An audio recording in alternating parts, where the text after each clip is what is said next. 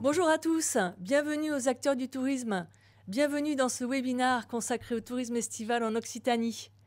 La saison touristique approche et pour bien accueillir les vacanciers et attirer les visiteurs, il est essentiel de comprendre leurs attentes. Evelyne, l'agence de communication du groupe La Dépêche du Midi, a réalisé pour la 6e année consécutive un baromètre sur les vacances des Français pour cet été. En 1 heure, vous allez découvrir les chiffres exclusifs sur les intentions des Français pour la saison estivale, avec un focus sur l'Occitanie. Leurs destinations favorites, les hébergements recherchés, les loisirs envisagés et les périodes de forte fréquence. Nous verrons également quelles sont les tendances digitales 2025 et comment assurer votre visibilité et l'engagement de votre audience avec des cas clients réalisés par Evelyne de campagnes digitales réussies. Nos experts ont élaboré un programme pour vous permettre de bien préparer votre saison estivale. Vous pouvez poser vos questions tout au long de ce webinaire sur le chat et nous y répondrons à la fin. Nous avons le plaisir d'accueillir Florence Brutus. Bonjour. Bonjour. Vice-présidente à la région Occitanie-Midi-Pyrénées, en charge du tourisme durable, du thermalisme, des loisirs et du schéma régional d'aménagement, de développement durable et d'égalité des territoires, qui nous partagera son analyse du tourisme en Occitanie. À Montpellier et en duplex, nous accueillons Alexandra Panabière, responsable marketing, et Élodie, chef de projet marketing, qui nous présenteront une partie des résultats, les résultats les plus significatifs sur les chiffres qui ont été développés par l'équipe. Alexandra et Élodie, bonjour. Bonjour.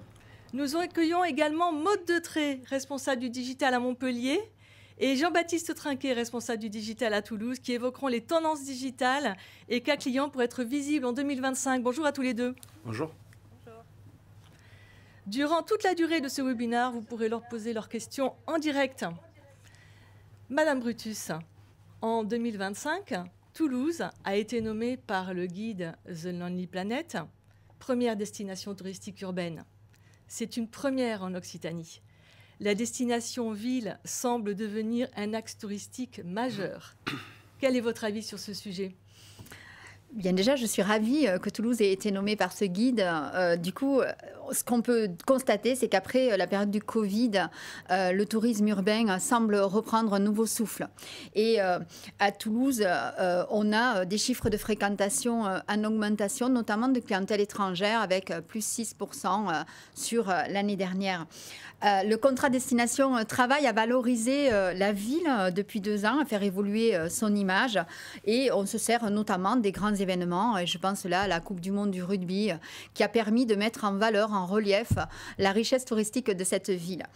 Par ailleurs, toujours dans le cadre des contrats de destination, on valorise donc la notoriété de la ville, mais il y a aussi du travail qui est mené par un groupe sur Toulouse, au rang desquels, du premier rang, c'est l'aéroport Toulouse-Blagnac, l'agence Toulouse Attractivité, la Haute-Garonne Tourisme et le CRTL, qui est notre bras armé à la région, et qui a pour objectif de valoriser les ouvertures de lignes aériennes. Très certainement, cela a contribué aussi à valoriser Toulouse. Et donc, on voit bien là que les opérations de communication, de valorisation effectuées dans ce cadre de cette pluralité de dispositifs, d'idées, ont contribué à faire émerger la destination de Toulouse comme la ville à visiter en 2025. En tout cas, nous, en Occitanie, on en est très fiers et très heureux. Vous venez de prendre vos fonctions, Madame Brutus. Quelle est votre stratégie et quelles sont les priorités pour 2025 sur le secteur des loisirs ? Alors, comme vous venez de le dire, je viens de prendre mes fonctions, donc je prends le relais de ce qui avait été mis en place par ma précédente collègue et bien sûr ce qui est décidé par notre présidente. Donc, nous continuons à œuvrer sous l'égide, bien sûr, du CRTL. Nous mettons en avant les loisirs au travers de plusieurs dispositifs, Occitanie Rail Tour, les contrats de destination, les plans d'action collectifs territoriaux, Pour nous, une filière prioritaire également, les activités de pleine nature qui sont valorisées à l'échelle de l'Occitanie et le travail sur cette filière s'effectue avec l'ensemble des acteurs concernés. Notamment, il y a des opérations marketing précises qui s'effectuent lors de grands événements. Et là, je peux citer le Trail des Templiers à Millau ou le FIS à Montpellier ou encore le Festival du Vent à Gruissan.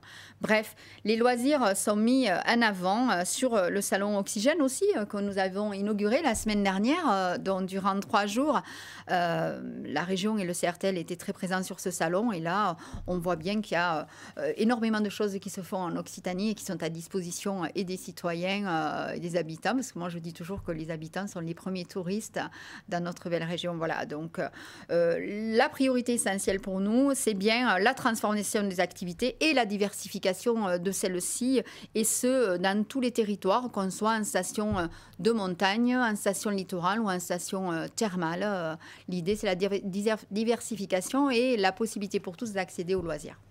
Nous verrons effectivement cette diversification avec des chiffres précis dans l'étude, oui. Mais si l'on revient sur des chiffres sur l'année 2024, qu'en est-il pour la région Occitanie ? Alors, la fréquentation reste à peu près stable, bien qu'on puisse, alors au niveau des chiffres, j'y reviendrai peut-être après, ce qu'on constate, c'est que la région reste toujours une région très attractive, et nous sommes parmi les 3 régions en France à pouvoir proposer, bien sûr, alors ça c'est un atout naturel, hein, les quatre univers de destination que sont la montagne, la ville, la campagne et la mer, bien sûr. Donc, toujours une fréquentation qui est présentée encore en nuitée. Ça permet de nous comparer aux autres régions, mais actuellement, une évolution est en cours. On cherche à changer peut-être cet indicateur parce qu'avec la nécessaire transition de l'économie touristique, et notamment liée à la surfréquentation sur certaines périodes ou la surfréquentation des sites, peut-être que cet indicateur des nuitées serait à revoir pour être plus en accord, trouver un indicateur qui soit plus en accord avec nos objectifs stratégiques du tourisme durable évoqués dans notre schéma régional du développement. Enfin, en gros, un travail est mené avec les acteurs du territoire pour valoriser, bien sûr, les ailes de saison.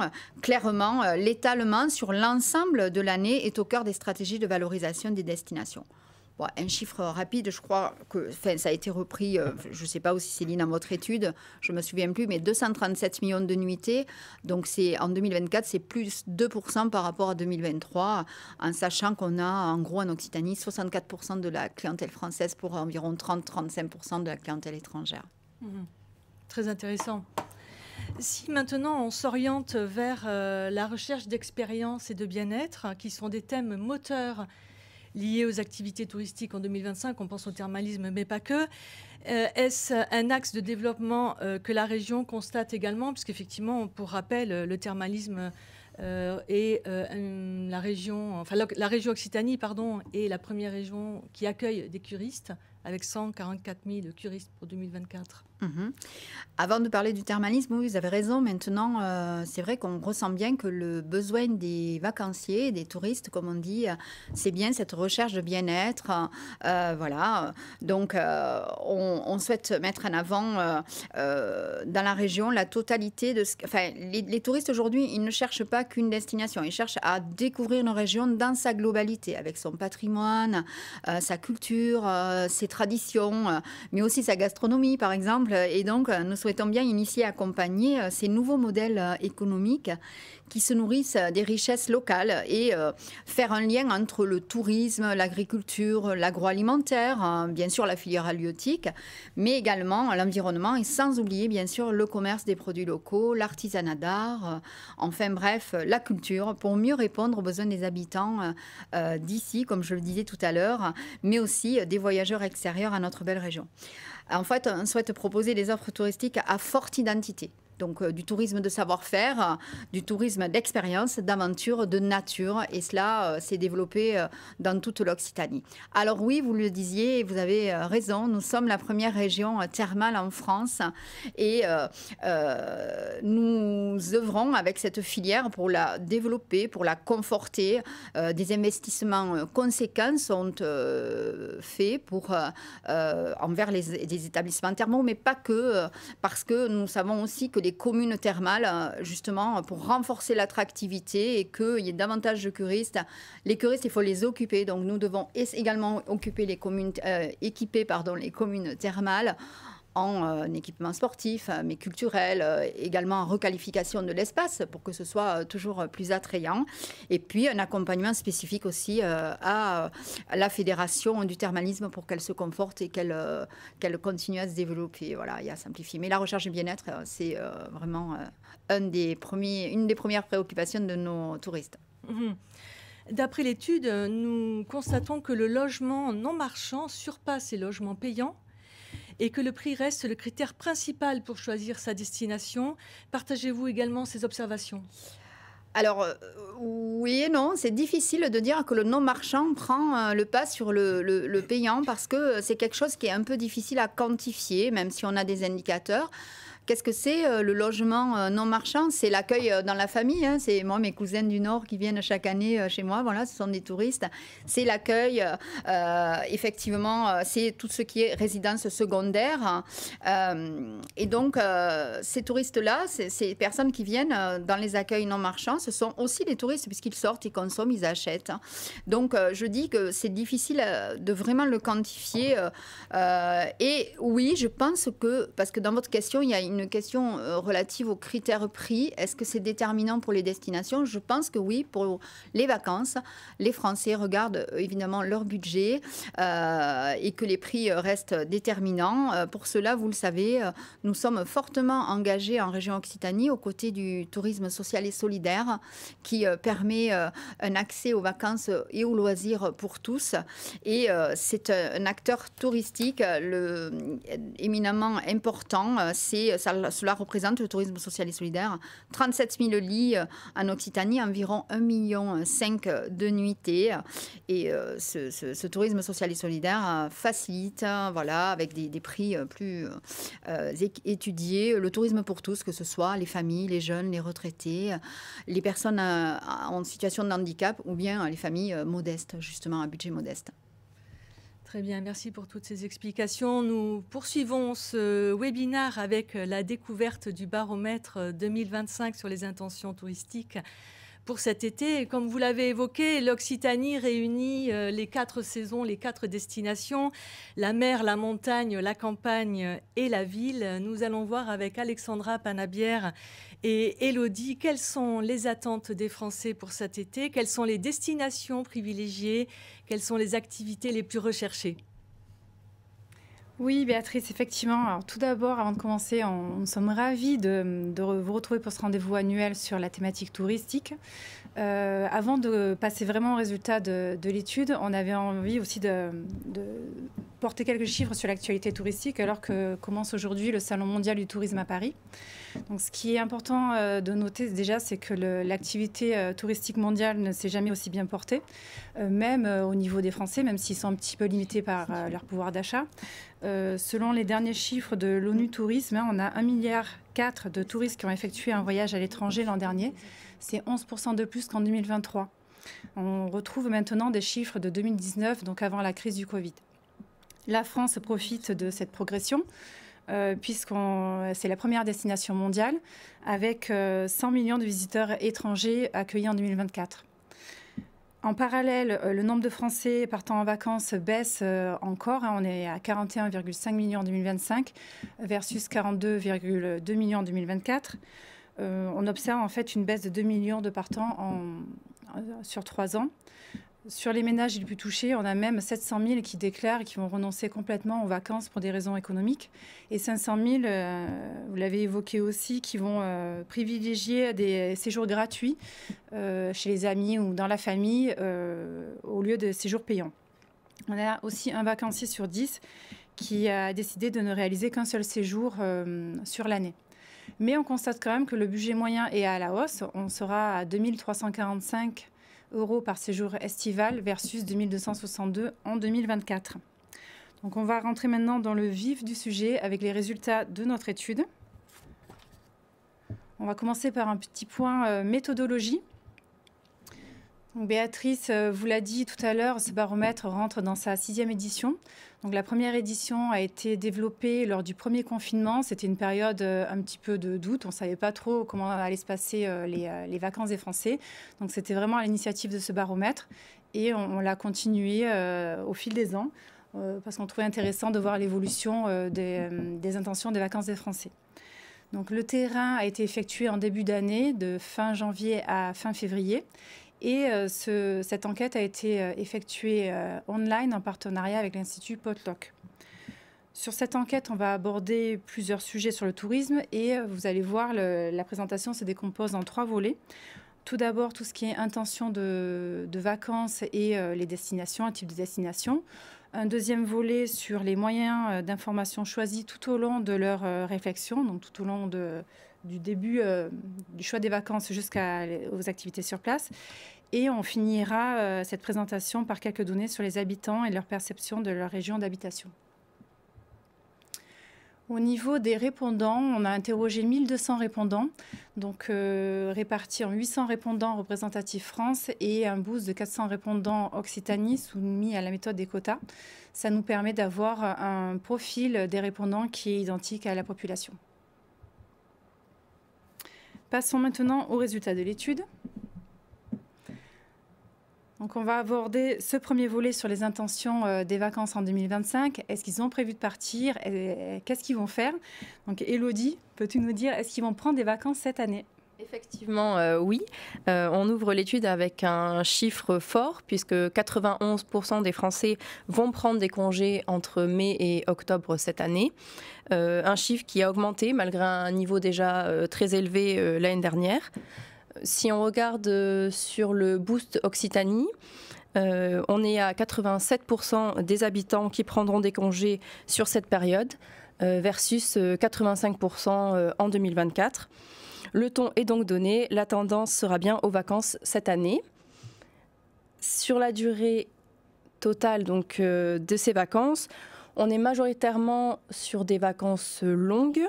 La moitié des Français prendra 3 semaines ou plus, un chiffre de 45% pour les habitants d'Occitanie.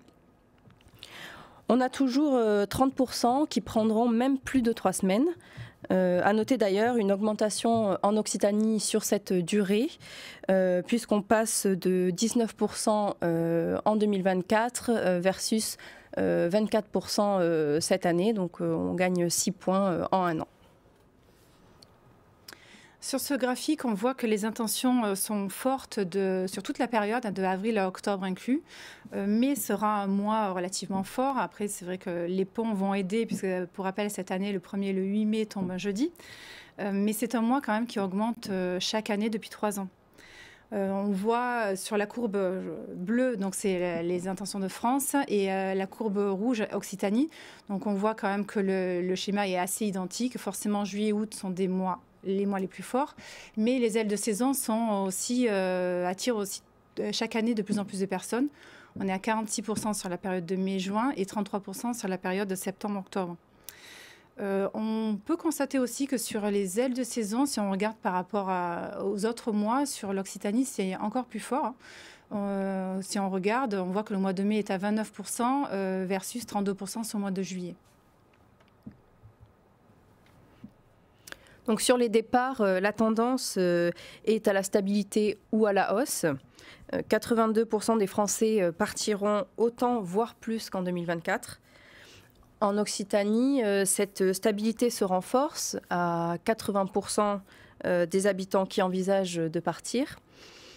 On constate aussi une part de répondants de plus en plus faible, donc sur les habitants d'Occitanie, sur la réponse moins souvent, au profit de la réponse autant. On a vu que les Français n'allaient pas faire l'impasse sur les vacances, mais est-ce qu'ils vont partir? Donc là, on voit que la réponse est clairement oui. 90% des Français prévoient de partir en congé cette année.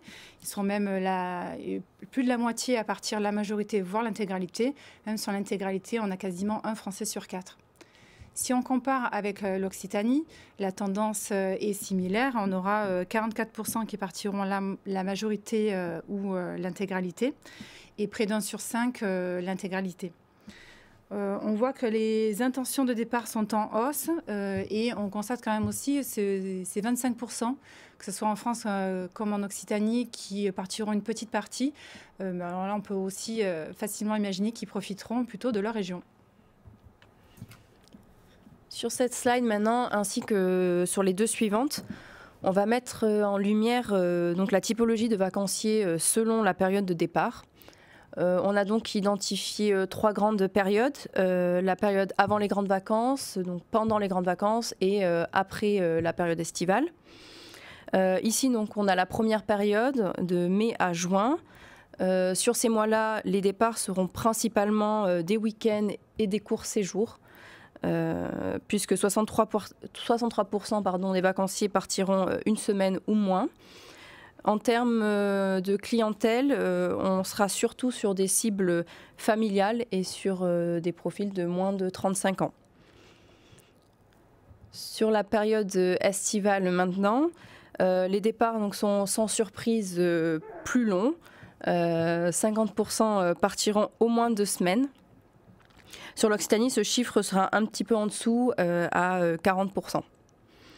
Notons également que 29% des habitants de l'Occitanie ne comptent pas partir sur cette période et donc ils profiteront de leur région. En termes de cible, on est là aussi sur une clientèle plutôt familiale.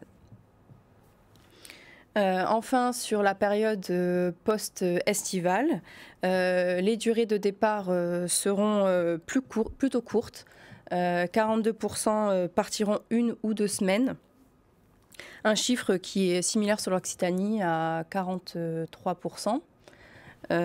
Au niveau des profils, ces vacanciers seront majoritairement des seniors âgés de plus de 65 ans. Sur les destinations, maintenant, on voit que la mer est toujours la destination privilégiée. Elle attire un Français sur 2. La montagne et la campagne, qui avaient affiché de fortes hausses sur les 2 dernières années, se stabilisent, sauf sur notre région, où elles sont un petit peu en retrait. Et la ville aussi, qui est en 4e position, augmente aussi depuis 3 ans régulièrement. Donc, vous l'avez évoqué tout à l'heure aussi, Madame Brutus, ce tourisme urbain aussi qui se développe de plus en plus. Ils seront aussi 10% à rester près de chez eux, donc tourisme local. Et pareil, on constate sur cette slide que même si la mer reste la destination privilégiée, les autres types de destinations aussi attirent de plus en plus. Et comme vous l'avez souligné tout à l'heure, Madame Brutus, c'est un des grands atouts de notre région de pouvoir proposer aussi tous ces types de destinations. Sur les modes de transport maintenant, c'est la voiture qui reste le premier mode de transport, loin devant les autres. L'avion et le train poursuivent leur croissance qu'on avait déjà observée l'an dernier, une tendance qu'on retrouve aussi bien au national qu'au régional. Et les voyages en avion, on le voit, devraient connaître une évolution notable. On est à plus 6 points versus 2024. Sur les destinations maintenant, la France est particulièrement privilégiée, avec 92% des Français qui prévoient de partir en France. Toutefois, on note que la part étranger augmente, avec 60% des Français qui prévoient de partir à l'étranger, un chiffre donc, qui est en augmentation versus 2024, où on était à 55%. Pour les habitants d'Occitanie, même constat, 88% vont choisir la France et 58% l'étranger, un chiffre qui est également en hausse par rapport à l'an dernier où on était à 52%. Si on regarde maintenant en détail les régions convoitées, on leur a demandé quelles étaient les régions qui les attiraient le plus pour cette période. Donc vous avez ce graphique, vous avez plusieurs chiffres. À droite, le chiffre qui correspond au top 3 et à gauche, le chiffre du top 1, donc vraiment la région la plus attrayante. On retrouve sur le podium en premier la PACA, suivi de la Bretagne et notre région Occitanie qui est en 3e position, qui va attirer plus d'un Français sur 3. Si on regarde un petit peu plus en détail aussi les cibles qui privilégieront l'Occitanie, on est sur des cibles plutôt familiales, les 35-44 ans, mais aussi les habitants des Hauts-de-France et les habitants d'Île-de-France. Si on regarde maintenant ce même graphique vu par les habitants d'Occitanie, on voit que clairement l'Occitanie est la première région dans le top 3 pour 2 habitants sur 3 et plus d'un tiers, la norme en top 1, c'est un chiffre qui est en augmentation aussi depuis 3 ans. Donc vous l'avez dit aussi tout à l'heure, Madame Brutus, effectivement, nos habitants sont aussi bien nos touristes. Sur les types d'hébergement maintenant. Les types d'hébergement envisagés, la location via particulier confirme sa progression sur le national. Plus d'un Français sur 2 y aura recours. Ça sera le type d'hébergement privilégié devant l'hôtel et le logement chez la famille ou chez les amis. On constate que la tendance est un petit peu inversée sur l'Occitanie, où l'hôtel reste le logement privilégié devant les autres. Donc 43% des habitants vont privilégier l'hôtel, donc un chiffre en augmentation de près de 8 points par rapport à l'an dernier. Les Français ont aussi 2 critères de choix principaux concernant leur logement, qui sont l'emplacement et le prix. Donc, le prix a une part de plus en plus importante chaque année. On est à plus 6 points versus 2024. Et c'est d'ailleurs même le premier critère de choix sur les habitants d'Occitanie. Si on reste du coup sur cette notion de budget, on voit que le budget est stable pour les vacances. Ils sont 78% à dépenser pareil, voire plus, sur l'ensemble de la France, 77% sur les habitants d'Occitanie. Et on constate aussi, petit fait sur l'Occitanie, qui sont pour la 3e année consécutive moins nombreux à répondre, à avoir la réponse diminuée. Donc vraiment, le budget va être préservé pour les vacances. Si on regarde maintenant la répartition de ce budget, donc on a plus de la moitié qui est consacrée à 2 postes de dépenses et qui sont sans surprise le logement et le transport. Le 3e poste et la nourriture, pareil, sans grande surprise.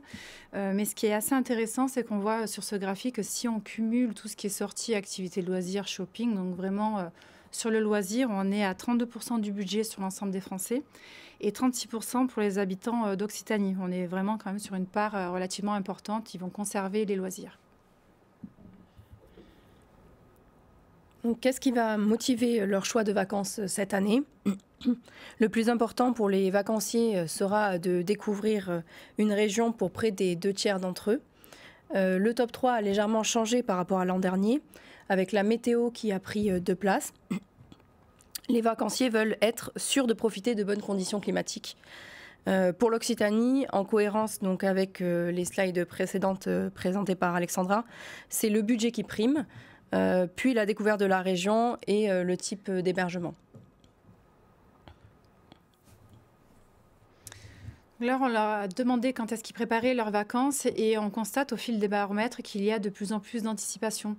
Ils sont 61% à anticiper au moins 3 mois à l'avance et même 1 sur 4 à anticiper plus de 6 mois à l'avance. C'est un chiffre qui augmente donc chaque année, que ce soit au national comme sur l'Occitanie. Là, c'est sur les activités. On leur a demandé comment ils organisaient les activités à faire durant les vacances. Donc, on voit que même si elles sont majoritairement organisées sur le lieu de vacances directement, on est à 63%. Pareil, cette tendance à l'anticipation se confirme, à en juger des plus 10 points sur la réponse à l'avance. Point crucial des vacances, les activités. Que vont-ils faire pendant leurs vacances ? Les attentes seront très fortes et les vacanciers voudront avant tout profiter, et ce, dans tous les domaines. On retrouve donc en premier cette envie de découverte évoquée précédemment et le besoin de se balader dans la nature. Les bars et restaurants seront aussi demandés et c'est un chiffre en hausse par rapport à 2024 sur le national comme sur le régional. Et enfin, on note une envie plus forte aussi cette année d'aller dans des parcs à thème ou des parcs de loisirs. Nous sommes maintenant intéressés aux moyens d'information utilisés par les vacanciers à partir du moment où ils décident de partir en vacances jusque sur leurs vacances sur place. Donc, comment se décident-ils? Où est-ce qu'ils recherchent l'information? Élodie, où est-ce qu'ils trouvent l'inspiration alors? Alors tout d'abord, pour choisir leur destination, les vacanciers utilisent différents canaux, à commencer donc, par le bouche à oreille qui est la source la plus utilisée. Mais leur recherche se fera largement sur le digital aussi, via Internet donc, et les réseaux sociaux. Également les guides et magazines, comme nos produits, le guide de l'été ou notre magazine Midi Balade, vont aussi inspirer près d'un Français sur deux. Et encore plus sur les habitants d'Occitanie que sur les Français. Les publicités, quant à elles, influencent près d'un Français sur 5 et même un quart sur l'Occitanie. Donc sur place, pour trouver les activités à faire, leur consultation va être elle aussi multicanale. Internet devient la première source d'information pour 59% des vacanciers. Suivi donc des guides pratiques qui confirment leur progression déjà observée l'année dernière. Les publicités et les médias locaux vont inspirer donc 51% des Français et 45% des habitants d'Occitanie. Effectivement, on l'a vu, les guides pratiques vont inspirer pas mal les Français, les vacanciers. Ils vont avoir une forte attente de contenu local pendant les vacances. Donc là, quand on leur demande quel type de contenu ils attendent, c'est avant tout un contenu pratique. Donc tout ce qui va les aider pour organiser leurs vacances, tout ce qui est les bons plans, les lieux insolites, les activités culturelles et les marchés locaux. Sur le ranking est relativement similaire. On note seulement que sur l'Occitanie, ça va être plutôt les balades en nature qui vont être privilégiées au détriment un petit peu des activités culturelles. Donc on voit quand même que les scores sont élevés un peu sur tous les items, ce qui montre qu'ils vont être vraiment en recherche d'un maximum d'informations pour pouvoir profiter sur tous les plans. En termes d'actualité, c'est pareil, ils vont se tenir informés de l'actualité. Elle va prendre une place importante pendant les vacances, avec une tendance à la hausse. On est à 67% qui vont se tenir au courant de l'actualité pendant leurs vacances. Et pour cela, leur source d'information principale va être très largement les médias locaux ou nationaux, soit presse quotidienne régionale, presse quotidienne nationale, suivi des sites internet qui observent aussi une forte hausse sur le national, et les réseaux sociaux et les applications mobiles. Donc, dernier volet de ce baromètre, nous avons voulu mettre en lumière donc, le rapport des Français avec leur région d'habitation, que ce soit sur leur connaissance de la région, les atouts de celle-ci ou leur fierté d'y habiter. Déjà sur la connaissance de leur région, de très bons chiffres, puisque 85% des Français connaissent bien leur région, que ce soit au national comme en Occitanie. Des chiffres donc, qui montrent l'attrait marqué qu'ils ont pour leur région d'habitation. Ensuite, sur la fierté, les Français font honneur à leur pays. 89% d'entre eux sont fiers de vivre dans leur région. Un chiffre qui monte même à 93% sur l'Occitanie. Pour finir sur les résultats de ce baromètre, on leur a demandé aussi quels étaient les atouts principaux de leur région. Donc vous avez le comparatif entre l'ensemble des Français et l'Occitanie. Donc sur le podium, les deux premières réponses sont identiques, à savoir en premier nature et diversité des paysages et gastronomie en second. En revanche, sur la troisième marche du podium, on voit une différence entre la France et l'Occitanie, où les Français vont valoriser davantage leur patrimoine culturel, là où les habitants d'Occitanie vont mettre en avant le climat, et on voit même que le patrimoine culturel arrive en dernière position. Donc voilà pour les principaux résultats de cette étude. Donc on peut retenir que ce baromètre 2025 confirme les tendances observées les dernières années, à savoir la forte intention de profiter des vacances sur l'intégralité de la période de mai à octobre, mais aussi des vacances plutôt longues et surtout de plus en plus anticipées. La France reste, on l'a vu, une destination de choix, et notamment l'Occitanie, qui conserve sa forte attractivité à la fois auprès de ses habitants, mais aussi auprès de la France. La diversité de son offre, on l'a dit, reste vraiment un atout de poids pour répondre aux attentes des Français. L'intérêt d'une bonne communication n'est du coup plus à prouver, surtout quand on voit leurs attentes en termes de moyens de communication, d'information et leur recherche multicanale tout au long de leur réflexion. Donc avant de laisser la parole à Béatrice, je vous rappelle que vous pourrez retrouver cette présentation sur notre site eveline.fr et vous aurez l'intégralité de la présentation et même quelques slides avec des chiffres exclusifs. Béatrice, à toi. Merci Alexandra. Nous avons vu que pour 65% des répondants, la découverte d'une région était l'objectif principal et que le maître mot cette année semble être l'anticipation, que ce soit pour le logement, mais aussi pour les activités. Jean-Baptiste et Maude, c'est une information importante pour les acteurs du tourisme. Comment être visible auprès des intentionnistes qui se décident sur place, mais aussi chez eux par anticipation? Eh bien, Béatrice, il est vraiment primordial d'être présent sur le digital, puisque aujourd'hui, on a plus de 80% des vacanciers qui préparent leur séjour en ligne. Et on l'a vu lors de l'étude, on a aussi un rôle des sites internet et des réseaux sociaux qui est vraiment prépondérant également sur le choix de la destination. Donc c'est vraiment essentiel d'aller capter l'attention de ces voyageurs au bon moment, avec le bon message, mais également sur les bons canaux digitaux. Et donc pour y parvenir, eh bien, il est essentiel de comprendre les grandes tendances qui vont façonner le secteur du tourisme sur le digital. On a 3 évolutions majeures qui se dégagent en 2025.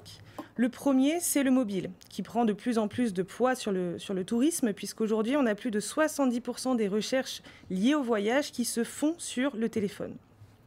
On consulte, on compare, on réserve directement depuis son smartphone. Et donc pour les acteurs du tourisme, cela signifie que les campagnes, elles doivent vraiment être pensées d'abord sur le mobile, avec des formats courts et impactants, avec des pages de destination ultra rapides, des expériences utilisateurs qui sont fluides. Finalement, aujourd'hui, un site qui n'est pas optimisé pour mobile, c'est vraiment un client potentiel perdu. Le deuxième point, c'est le contenu personnalisé. Aujourd'hui, les voyageurs ne veulent plus des offres standardisées. Ils recherchent vraiment des expériences qui sont uniques et immersives. Et ce contenu personnalisé, il ne se limite plus à la data et aux algorithmes, mais va vraiment aussi passer par une approche plus humaine et plus locale. Donc aujourd'hui, on voit vraiment que les annonces les plus performantes, ce sont celles qui racontent une histoire. Par exemple, des recommandations par des habitants, des vidéos immersives ou encore des témoignages authentiques. Et plus le contenu est engageant et authentique, plus il génère d'interactions et de conversions. La dernière grande tendance, et on en entend énormément parler aujourd'hui, c'est l'IA, puisqu'effectivement, l'intelligence artificielle, eh bien, elle révolutionne aussi la publicité digitale. Elle permet d'optimiser les campagnes. On analyse des millions de données en temps réel, comportements, intentions, saisonnalité. Et donc finalement, ça nous permet d'avoir un ciblage plus précis et un retour sur investissement qui est amélioré. L'IA, elle permet aussi de générer du contenu dynamique, comme des recommandations et du contenu personnalisé. Et on l'a vu aujourd'hui, c'est vraiment très important. Donc chez Eveline, eh bien, nous avons l'ensemble des expertises pour répondre à chacune de ces problématiques et des besoins de nos clients, tout en sachant nous adapter à ces fameuses grandes tendances. Pour pouvoir l'illustrer, on va aborder plusieurs cas concrets. Et donc là, je vais laisser la parole à Jean-Baptiste qui va nous présenter son premier cas. Merci Maude. Effectivement, je souhaitais présenter un cas plutôt performant que nous avons réalisé chez Eveline. Il s'agit de Toulouse Attractivité, donc un appel d'offres que nous avons remporté l'année dernière pour les accompagner dans leur déploiement digital pour communiquer sur Toulouse en tant que lieu touristique, mais pas que, en tant aussi que lieu économique pour des entreprises qui auraient l'idée de venir s'implanter sur notre région. C'est un accompagnement que nous avons effectué donc, sur plusieurs objectifs, des objectifs de notoriété sur des événements qui se passaient sur la région, mais aussi sur des campagnes un peu plus poussées à la conversion où on visait justement des villes partout dans le monde. J'en ai une en mémoire de Singapour. Donc voilà, c'était un plan média assez conséquent qui a porté ses fruits puisqu'on a eu vraiment des résultats très probants avec plus de 40 millions d'impressions, plus de 600 000 clics quasiment, et l'indicateur important pour juger de la qualité des campagnes digitales, c'est le taux de clic, et le taux de clic en moyenne est situé aux alentours des 0,8%, et là sur ces campagnes-là, en moyenne, ça a été un CTR de 1,4%, donc une campagne très performante. Je vais passer la parole à Maud pour le deuxième cas. Oui, merci. Du coup, un autre cas, cette fois-ci sur la thématique du logement, qui, on l'a vu, c'est vraiment un facteur clé sur le secteur du tourisme. Et donc, dans cette optique, on a pu accompagner Gîtes de France Sud sur un enjeu qui était d'attirer des nouveaux hébergeurs dans un contexte concurrentiel qui, on le sait, est très agressif, avec notamment des gros acteurs sur le marché. Donc, pour ça, on a mis en place une stratégie vraiment sur mesure et qui s'est déroulée en 3 étapes. D'abord, avec la mise en place d'une étude qui nous a permis de mieux comprendre les motivations et les freins des hébergeurs potentiels et qui ensuite nous a permis du coup de dérouler de manière vraiment adaptée les 2 étapes suivantes, à savoir le positionnement et repositionnement de la marque, où on a pu produire et diffuser des contenus visuels et vidéo qui ont mis en avant les valeurs de Gîtes de France Sud et qui ont donc permis de repositionner la marque en valorisant les atouts et en renforçant leur statut. Et puis une 3e étape où là on s'est vraiment concentré sur de l'acquisition de prospects. L'idée étant d'identifier des nouveaux hébergeurs éventuels et de les transformer en nouveaux membres du réseau. Et donc, on est sur des résultats qui ont très bien fonctionné avec des campagnes menées sur Facebook, sur Instagram et sur Google, avec des stratégies poussées qui ont mixé à la fois de la prospection pour aller chercher des profils qui ne connaissaient pas nécessairement Gîtes de France et en parallèle du retargeting aussi, c'est-à-dire aller retoucher les visiteurs du site qui ont démontré d'un premier intérêt. Et le succès, il est en rendez-vous puisqu'on a une notoriété renforcée qui a vraiment permis de revaloriser le statut des hébergeurs et puis également une croissance dynamique du réseau avec un objectif de lead qui est déjà largement dépassé. Voilà pour ce cas. Jean-Baptiste, je te laisse terminer avec un dernier cas.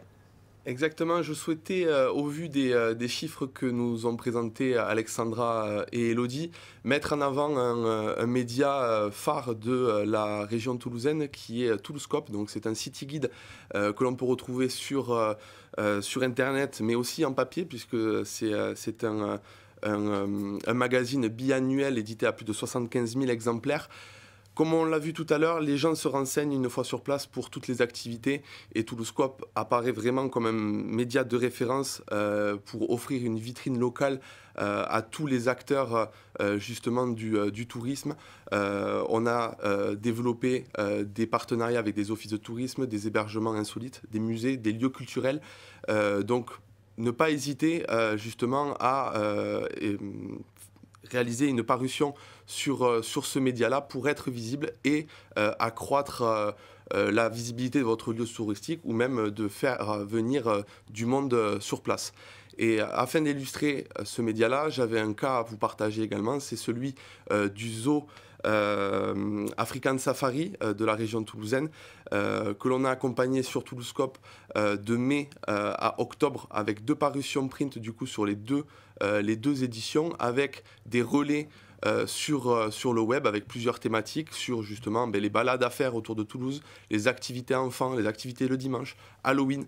On a rediffusé également ces publicités-là sur Meta avec des réels Instagram pour justement accroître cette visibilité-là.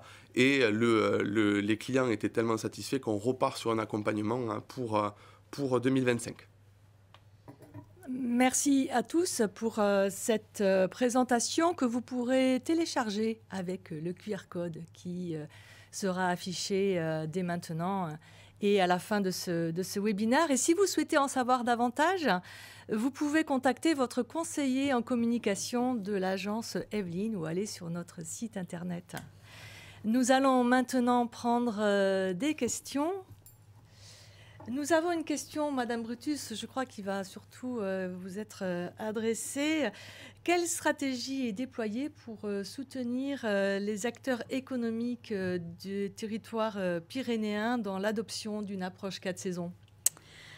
Alors, les stations de montagne des Pyrénées ont effectivement pris le virage de la diversification et effectivement de ce travail pour développer les 4 saisons. La Compagnie des Pyrénées et l'Agence des Pyrénées accompagnent tout type de développement et beaucoup d'investissements sont effectués pour soutenir justement ce qu'on peut trouver dans les montagnes Pyrénées, environ 100 millions d'euros d'investissements publics qui ont lieu. Je peux prendre un exemple avec un ascenseur valléen qui a été mis en place pour relier la ville de Luchon à Superbannière pour permettre l'accessibilité et surtout l'utilisation toute l'année de cet ascenseur pour monter les gens balader, alors quand c'est période de neige pour le ski, mais après pour tout le reste. Et notamment pour éviter donc que beaucoup d'automobiles circulent et donc des émissions de CO2. D'autres exemples sont en cours de développement, un soutien fort donc à différentes structures pour diversifier l'activité en montagne, notamment dans nos belles Pyrénées, et également des diversifications des loisirs. Et beaucoup de projets également en hôtellerie, en restauration sont soutenus. Voilà, donc 2 acteurs forts, la Compagnie des Pyrénées et l'Agence des Pyrénées qui viennent soutenir et développer nos activités de nos belles stations. Merci. Et nous avons une autre question qui concerne l'Aveyron particulièrement et les effets liés à la flamme olympique, aux 20 ans du viaduc, ou même aux 10 ans du musée Soulages. Quelles sont les actions qui pourraient être pérennes dans les années à venir pour l'attractivité de ce département ? Je pense que ce soit dans l'Aveyron, dans tous les départements, effectivement, ce que je disais en préambule de notre rencontre, de notre séance, c'est valoriser tous les grands événements. Et on l'a bien vu là avec la flamme olympique, avec les 10 ans du viaduc. Plus on montre, plus on met en valeur des événements, plus on donne envie aux gens d'aller voir, pour ceux qui ne connaissent pas, y compris les Occitans, hein, puisque moi je fais les 13 départements, je bouge pas mal. Des fois, j'ai des Lozériens qui me disent qu'ils ne connaissent pas quelque chose dans les Hautes-Pyrénées ou même en Aveyron, par exemple. Et donc, du coup, tout cela contribue à donner envie à nos habitants, à nous, de faire les touristes, mais aussi aux extérieurs, aux voyageurs extérieurs, de venir dans notre belle région, en Occitanie, avec tous les atouts et tout ce qu'on a à voir et à montrer. C'est un beau message que l'on peut faire passer, effectivement. Ce webinaire touche à sa fin. N'hésitez pas à nous dire comment vous avez trouvé cette étude, ce webinaire, en répondant au sondage qui va apparaître sur votre écran. Vous pouvez télécharger les résultats complets de l'étude via le QR code qui va s'afficher. Vous pourrez également retrouver sur YouTube le replay et nous retrouver sur les réseaux sociaux. C'est la fin de ce webinaire. Merci à tous de l'avoir suivi. À la production, nous avions Aurélien Delanduy et Adrien Champeval de Via Group. Ce webinaire vous a été proposé par Evelyne, l'agence de communication du groupe La Dépêche du Midi.